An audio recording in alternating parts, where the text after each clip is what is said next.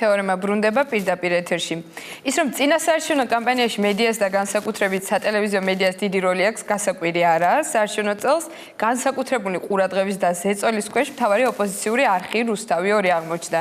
გარდა მფლობელობასთან დაკავშირებული სასამართლო პროცესებისა და ამ საქმესთან დაკავშირებული ზეწოლისა თუ ჩანაწერებისა, კიდევ ერთი აქტუალური საკითხი ეხება წინასაარჩევნო კვლევებსა და საარჩევნო ეგზიტ პოლებს.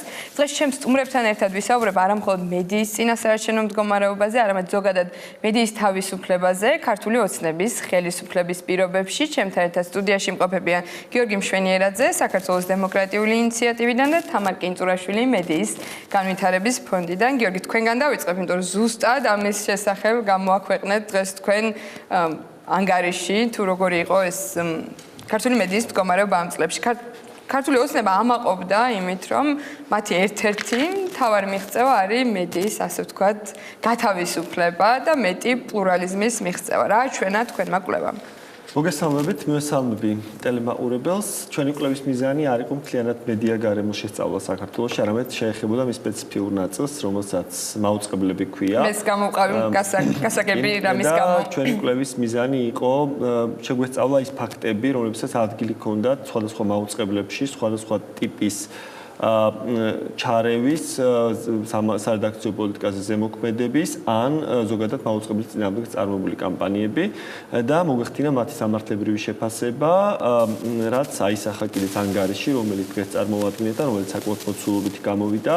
ანგარიში მიმოხილულია ასევე საკანონმდებლო ცვლილებები, რომლებიც სწორედ ამ წლის განმავლობაში განხორციელდა, რომელთაც გავლენა ჰქონდათ მედია თავისუფლების კუთხით.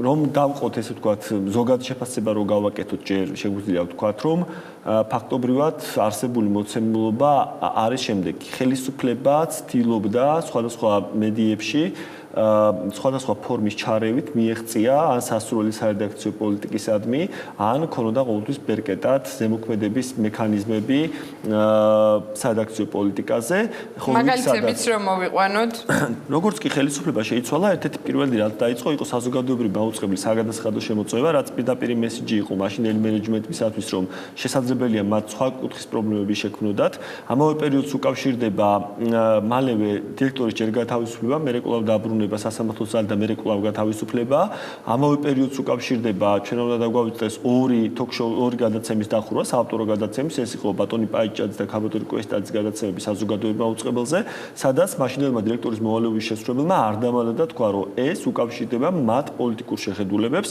თუმცა ვერც ერთი არგუმენტი ვერ მოიყვანა ეს პოლიტიკური შეხედულებები როგორ ასახვას პოვებდა თავად გადაცემის შინაარსს იმიტომ რომ ესეთი რაიმე არ არსებობდა ანუ მას უბრალოდ არ მოწონდა ამ ადამიანის პირადი პოლიტიკური შეხედულებები რომლებიც არ იყო კავშირში გადაცემასთან და ამ მოტივით დახურა გადაცემები ამავე ვთქვათ სრულობის გაგრძელება იყო იგივე ვთქვათ პიკთან კონტრაქტის გაწყვეტა საზოგადოებრივ მაუწყებლის მხრიდან საზოგადოებრივ მაუწყებლის საბჭოს ხელახალი დაკომპლექტების წესის მიღება საქართველოს პარლამენტის მხრიდან და ძველი საბჭოსადმი უფლებამოსილების შეწყვეტა თავად საზოგადოებრივ მაუწყებლის საბჭოს ახალი წესი რა თქმა უნდა ბევრად კარგია ვიდრე იყო ძველი მოქმედი წესი მაგრამ ამავდროულად ამ ახალი წესის დაუყოვნებლივ ამოქმედებდა და ვადამდე უფლებამოსილების შეწყვეტა ძველი საბჭოს წევრებისაგან ერთადერთ მიზანს ემსახურებოდა ძველი ხელისუფლების დროს დანიშნული მეურვეები გათავისუფლებული იყვნენ და ახალ ხელისუფლებას მოეპოვებინა გავლენა მათ შორის საკუთარი ხელისუფლებისადმი ლოიალური პირების დანიშვნით საზოგადოებრივ მაუწყებლის საბჭოზე. ანალოგიური მაგალითები შეგვიძლია მოვყვეთ სხვა მედიებშიც, ეს არის მაგალითად ტელეკომპანია იმედი, რომელიც ბოლო 10 წელია თუ ვიტყვით, ბოლო 10 წელი ბევრია, ბოლო 8 წელია თუ ვიტყვით, ყოველთვის სახელისუფლებაა, ვინც არ უნდა იყოს ხელისუფლებაში, იმიტომ რომ ამ ნიშნას ვერ თმობს და ტელეკომპანია იმედის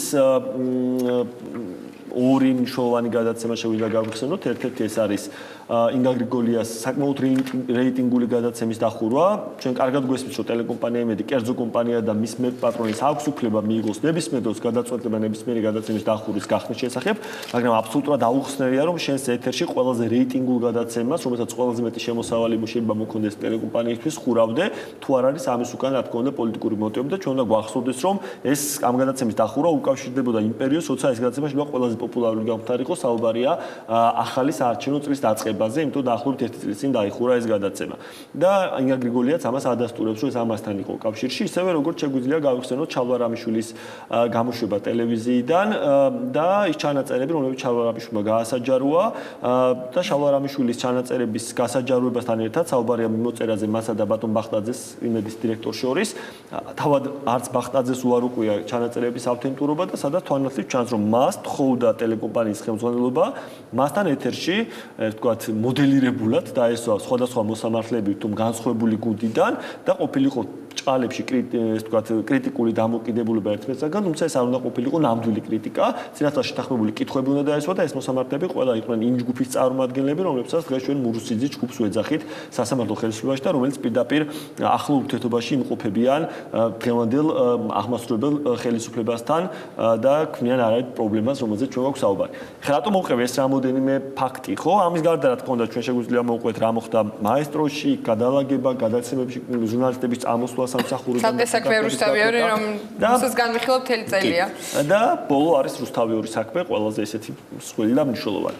ასევე არის საკანონმდებლო ცვლილებების ძალიან ბევრი ნაწილი, მათ შორის იყო მაგალითად სწორი ცვლილებები შინაარსობრივად, ამ ცვლილებების ნაწილი სწორი იყო შინაარსობრივად, რომელიც სარეკლამო ბაზრის რეგულირებას ეხებოდა, ეს არის ჩვენი ევროკავშირთან ურთიერთობის დღის წესრიგის ნაწილი, რომელიც ცვლილებები განხორციელებული იყო კანონმდებლობაში, მაგრამ მათი დაუყოვნებლივ ამოქმედება უბრალოდ დროის მოკლე პერიოდში ამოქმედება, როცა შესაძლებელი იყო წლებით გადავალდებული იყო ამის ამოქმედება და არავინ ჩვენგან არ ეთხოვდა მათ დაუყოვნებლივ ამოქმედებას, ემსახურებოდა ერთადერთ მიზანს, ეს მიზანი იყო სარეკლამო ბაზარზე მოთამაშე კომპანია სარეკლამო ბაზრისთვის, ყველაზე დიდი მსხვილი კომპანიებისათვის ფინანსური პრობლემების შექმნა, მაშინ როცა არ იყო საბიუჯეტო წელი დამთავრებული და ამით ყველაზე მეტად ბუნებრივია დაზარალდა რუსთავიორი.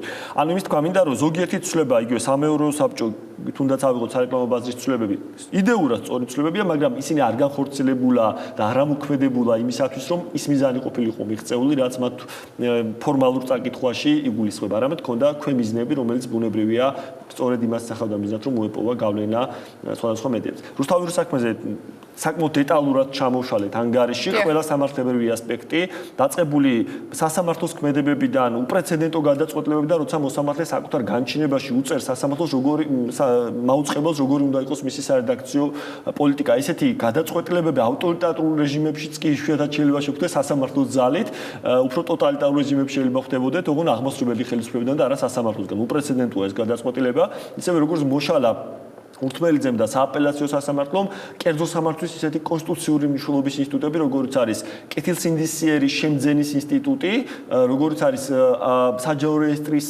ჩანაწერთა უტყუარობის პრეზუმპცია და როგორიც არის ხელშეკრულების ბათილობის ცნობის წინაპირობები და ამორალურ გარიგებად მიიჩნია მხოლოდ მხარეთა მიერ ფასისარმოწონება სასამართლოს მიერ. მარტივად რა ვთქვათ, თუ კი თქვენ გაგვცურიოთ თქვენი ნივთი მომყიდოთ 100 ლარად და მისი საბაზრო ფასი არის 200 ლარი და მე მზად ვარ 100 ლარად ვიყიდოთ თქვენი ნივთი, სასამართლომ თქვა, რომ ეს ხელშეკრულება ბათილია და თქვენ უნდა დაგიმოდეთ ნივთი უკან. ანუ მხარეთა ავტონომიურობის იმ სივრცეში შეიჭრა სასამართლო, რომელიც ყოველგვარ გამართლებას მოკლებულია და ეს ნორმაც გასაჩივრებული საკონსტიტუციო სასამართლოში, რომ არ დამდგარიყო საკონსტიტუციო გადაწყვეტილება მანამ სანამ დამთავრდებოდა საერთო სასამართლოებში საქმის განხილვა, აქაც ყველაფერი გააკეთა ხელისუფლებამ საკანონმდებლო დონეზე და სასამართლო საკონსტიტუციო აქცია გადაწყვეტილება მიღების უნაროდ. მადლობა ამ დაგითხრა მოკლედ შეჯამებისთვის ამ 4 წელს რაც იყო ეს მნიშვნელოვანი საკითხები. იგივე საზოგადოებრივ მაუწყებელთან დაკავშირებული მოვლენები ბევრს მე მგონი დავიწყებული აქვს თავდაპირველად საქმე. რომელიც რა იყო ხო რატო გაუშვეს რომ მისი მეუღლე არის ერთ-ერთი ოპოზიციურად განწყობილი პოლიტიკური ძალის პოლიტიკური ლიდერი. ეს იყო მიზეზი, რომელიც არანაირ კანონში არ ჯდება, არანაირ რეგულაციაში არ ჯდება, თუმცა ამას არ მალავდა საზოგადოებრივი მაუწყებლის ბორდის წევრები. თუმცა ჯანიკაშვილმაც იგივე თქვა. გადაცემა რომ მის მიერ წარდგენილი ახალი პროექტი ვერ მოიწონეს და ამიტომ გავუშვეს. თამარ თქვენთან გადმოვალ, როცა ვსაუბრობთ იგივე ამ პრობლემებზე, საპასუხოდ გვესმის, რომ სამაგიეროდ მეტი პლურალიზმია, იგივე არჩევნების წინ ვიდრე იყო, მაგალითად 2012 წლამდე და იგივე რუსთავიორზე ამბობენ, რომ რუსთავიორი ისევ გადის ეთერში იმავე მენეჯმენტით, იმავე ფლობებით და იმავე სარედაქციო პოლიტიკით. ცხადია, მე დავეთანხმები იმ ნაწილში, რომ პლურალიზმის თვალსაზრისით არის გაუმჯობესებული ვითარება და ეს აისახა საერთაშორისო ინდექსებშიც არჩევნების შემდეგ და ჩვენ ხედავთ ბევრ დებატებს წინასაარჩევნო ეთერში თუმცა გაუარესების ტენდენცია იგივე საერთაშორისო ინდექსებშიც აისახა და რაც უფრო უახლოვდებით საარჩევნო ციკლს, ეს გაუარესება მით უფრო სახეზია. აქ არის უფრო საუბარი მცდელობებზე, ანუ პირველ რიგში ეს პლურალიზმის გამსაჯვრელი არის რუსთავიორის არსებობა, იმიტომ რომ ივანიშვილი ყოველთვის აკრიტიკებდა მის სარედაქციო პოლიტიკას, რაც ასახა კიდევაც ურთმელიძემ თავის გადაწყვეტილებაში, იმიტომ რომ ხა ჩვენ რომ ვიდაოთ საკუთრებაზე ამ მაგიდაზე და თქვენ რომ გადაწყვეტილებაში მივთითოთ, რომ არ მოგწონთ ხარისხი. იგივე იყო თითქმის, იმიტომ რომ საკუთრებით დავაზე შინაარსობრივი მხარე არის აბსოლუტურად, სრული აბსურდი. მეორე მხრივ გარდა რუსთავიორის, ანუ პლურალიზმის განაპირობებს რუსთავიორის სარგებლობა და მე ვფიქრობ უზენაესის გადაწყვეტილება დაეშვა სარჩელი მნიშვნელოვანი იყო იმ თვალსაზრისით, რომ არჩევნებამდე რუსთავიორის სარედაქციო პოლიტიკის შეცვლა ვერ მოხერხდა, ანუ ვერ აღსრულდა ქვედა ინსტანციების გადაწყვეტილება. ფინანსურ ჩარევებს, ფინანსური ბერკეტებით ჩარევებს ჰქონდა ადგილი, აქ TVM არის წინააღმდეგ, თქვათ, გვახსოვს ჩვენ იქ პროცედურები, როდესაც შევიდა ფინანსური პოლიცია, იმიტომ რომ რუსთავი 2 რჩებოდა და დღესაც რჩება ლიდერად ბაზარზე, მიუხედავად ისა გიორგი მახსენა, თქვათ, სარეკლამო კანონში განხორციელებული ცვლილებები, რამაც შეამცირა შემოსავლები და კლების ტენდენცია არის სახეზე. მეორე მხრივ, თქვათ, ალტერნატიული გამზომი შემოიყვანა, თქვათ, ხელისუფლებასთან დაახლოებულმა პირებმა ამ ბაზარზე და ესეც ატარებს, თქვათ, რაღაცა ფინანსური ზეწოლის ბერკეტებს მედიაზე, ანუ ყველაფერი კეთდება იმისთვის, რომ რუსთავიორის წინააღმდეგ იყოს ეს ქმედებები მიმართული, მაგრამ რუსთავიორი დიდი მოთამაშეა, გავლენიანია, თუ ადრე, თქვათ, ოპოზიციური არხები უფრო მცირე მასშტაბის იყვნენ, მას აქვს ნაციონალური დაფარვა, მრავალფეროვანი პროგრამირება და აქედან გამომდინარე უფრო რთულია მასთან ბრძოლა ვიდრე მცირე არხებთან. თქვენ დღეს ასევე კიდევ ერთი კვლევა გამოაქვეყნეთ, ამაზეც გითხავთ, რომელიც მისი მნიშვნელოვანი ნაწილი ეხება ტელეკომპანია იმედს, რომელიც არის ერთ-ერთი მთავარი კონკურენტი რეიტინგის თვალსაზრისით, რუსთავიორი და იმედი არიან წინ. რომ მოგვიყვეთ ამ კვლევას. არ ეხება მხოლოდ იმედს, ჩვენი კვლევა ასახავს არა მხოლოდ, თქვათ, სამართლებრივ ასპექტებს, არამედ ფინანსურნად და ჩვენ გავაანალიზეთ მარეგულირებელ კომისიაში დეკლარირებული შემოსავლები, ასევე სახელმწიფო აუდიტისთვის დეკლარირებული მონაცემები და ჩვენ დავთვალეთ ის თანხები, რომელიც პოლიტიკურმა სუბიექტებმა დახარჯეს საარჩევნო კამპანიისთვის. ამ თვალსაზრისით ლიდერობს ქართული ოცნება, სულ სადღაც 9 მილიონამდე დაიხარჯა, ეს არის 8 ივნისიდან 30 აგვისტოში ჩათვლით და თითქმის 7 მილიონი დახარჯა ქართულმა ოცნებამ, აქედან ყველაზე დიდი თანხა, თქვათ, იმედში განათავსა სარეკლამოდ, ასევე ონლაინ გამოცემებში. ეს უჩვენებს უთანაბრო მიდგომას გარკვეულწილად, იმიტომ რომ აშკარად ჩანს, რომ რესურსების გადანაწილებლად არათანასწორად ხდება, რა თქმა უნდა, ეს მათი პრეფერენცია და მათ უნდა გადაწყვიტონ, რომელ ტელევიზიაში მიიტანონ ან არ მიიტანონ რეკლამა, მაგრამ გაცილებით მეტ თანხას ხარჯავს მართველი პარტია, ვიდრე სხვა ოპოზიციური პარტიები. exit poll-ებთან დაკავშირებითაც რაღაც exit poll-ების ომთან გვაქვს, ასე ვთქვათ, საქმე.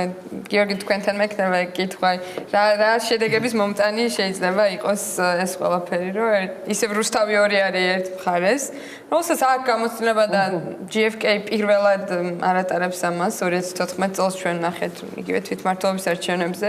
კარგი გამოცდილება აქვს, ასე ვთქვათ, დაემთხვა ეს შედეგები და მეორე მხარეს არის ტელეკომპანიების ჯგუფი, საზოგადოებრივი მაუწყებლის ჩათვლით, რომლებიც ასევე იმუშავებენ ამ exit polls და უკვე წინასწარ ისეთი მაღალია ტემპერატურა ამ ყველაფერთან დაკავშირებით. exit polls-იც არ ელაპარაკი, GFK-ის კვლევის შედეგები გამოაქვეყნა რუსთავიორმა, რომელსაც უკვე მოყვა დიდი ტალღა აგრესიის მათ შორის ხელისუფლებისგან. რატო ნერვიულობენ ასე თქვენი აზრით, იმიტომ რომ exit poll თუ არ დაემთხვა შედეგებს, ბუნებრივია ეს exit polls ნაკლს წარმოაჩენს. პირველ რიგში უნდა ვთქვათ, რომ ძალიან ცუდი პრეცედენტია, როდესაც საზოგადოებრივი მაუწყებელი სხვა რამდენიმე კერძო კომპანიასთან, მათ შორის იმ ტელეკომპანიებთან, რომელთა მიმართებაშიც შესაძლებელია საზოგადოების ნაწილში აბსოლუტურად სამართლიანად არსებობდეს განცდა, რომ მათი სარედაქციო პოლიტიკა აქტიურად ქართული ოცნების მხარდამჭერია. ეხლა ჩდიეს როცა საუბარი და თქვა აქ ეს თვალსაჩინოა ყველაზე.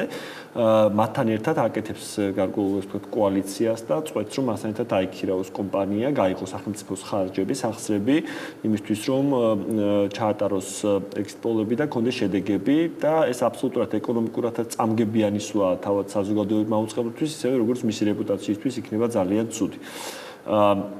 დობას დაუკარგავს იმ ამურჩევლის თვალში, რომელიც შესაძლებელია არ იყოს სახელმწიფო გუნდის მხარდამჭერი, მაგრამ იცის რომ სწორედ იმ ესე ვთქვათ ტელეკომპანიებთან ერთად აკეთებს დათვლას, რომელთაც შესაძლებელია ეს აღიქვამდეს პროსახელისუფლებოდ. ეხლა რაც შეეხება თავად მოლოდინებს, ჩვენ უნდა გვესმოდეს რომ და ეს აბსოლუტურად სწორადაც გვესმის, მე ვფიქრობ რომ მსგავსი ინფორმაციების წინასაარჩევნო პერიოდში გავრცელებას აქვს გარკვეული გავლენა ამ მომრჩევლების ნებაზე მათ შორის. შეიძლება იყოს ამახალისებელი ამომრჩევლებისთვის მივიდნენ არჩევნებზე, ან პირიქით თავი შეიკავონ, ან გარკვეულად ზემოქმედება მოახდინოს ამომრჩევლების განწყობაზე. ამიტომ თავად ის ფაქტი, რომ არსებობს განსხვავებული დამოკიდებულება და განსხვავებული ხედვა შედეგებისადმი, ამაში პრობლემას ვერ ხედავ, შეიძლება ეს არსებობდეს, მაგრამ ისიც კარგად მესმის, რატომ შეიძლება იყოს მიუღებელი შედეგები, რომლებიც გამოაქვეყნა რუსთავი ორმა საკუთარი წინასაარჩევნო პერიოდის განწყობების გაზომვის შედეგად და რატომ გამოიწვია ამ გაღიზიანება ხელისუფლების და ხელისუფლებასთან დაახლოებული პირების. აბსოლუტურად გასაგებია ყველას, თუმცა ჩემი ახსნა ზედმეტია. თავარიც არის რომ ეგზიტ პოლების შედეგები, რომელიც შეიძლება გამოცხადდეს 8 საათზე, სულ რაღაც 2-3 საათი აქვს მას სიცოცხლის უნარიანობა, იმიტომ რომ ამ პერიოდიდან უკვე წინასწარი არჩევნების შედეგები ცნობილი ხდება როგორც წესი და ეს შედეგები მერე ძალიან მცირედით იცვლება ხოლმე როგორც წესი, თუ კი რა თქმა უნდა ადგილი არ აქვს არჩევნების გაყალბებას და ამავდროულად უნდა გვესმოდეს ისიც რომ შესაძლებელია ამავე პერიოდში ხორციელდებოდეს და როგორც წესი ხორციელდება საქართველოში ხმების პარალელური დათვრა, რომელიც არანაირ შანსს აღარ უტოვებს არც ეგზიტ პოლის ჩამტარებელ კომპანიას, არც ტელეკომპანიას და არც საარჩევნო ადმინისტრაციას რაიმე მნიშვნელოვნად ცვლილება განახორციელონ შედეგებში. და ეს ყველაზე მთავარი რაც არის, ახლა ამის უკან რომ ცდომილება მიიღოს GFK ხო, რომელიც არის კომპანია GFK ესე ქვია ხო, საკუთარ რეპუტაციას დებს, რომელიც რეპუტაციას დამერწმუნებს ასეთი ტიპის კომპანიებისთვის, ესეთი მსხვილი მოთამაშეებისთვის, იმაზე გაცილებით მეტია, ვიდრე საქართველოში ერთი კონკრეტული არჩევნები. ამიტომ რაღაც არ ვთვლი რომ რომელიმე დიდი მოთამაშე შესაძლებელია საკუთარ რეპუტაციას წირავდეს საქართველოში არჩევნების შედეგებს. თამარ თქვენშიც ეს მინდოდა მეკითხა, რატო უნდა აწყობდეს რომელიმე მხარეს ასე ვთქვათ გაყალბება, როცა 3 საათიან თუ 4 საათიან ის სიცოცხლის უნარიანობა აქვს ამ ეგზიტ პოლებში. რატო შფოთავენ მაინც მნიშვნელოვანია პირველი ვინ აცხადებს შედეგებს და აქედან გამომდინარე ეს ყოველთვის იყო პრინციპში აქტუალური საქართველოში. უბრალოდ ხდება დემონიზება ძირითადად რუსთავი ორის ეგზიტ პოლების.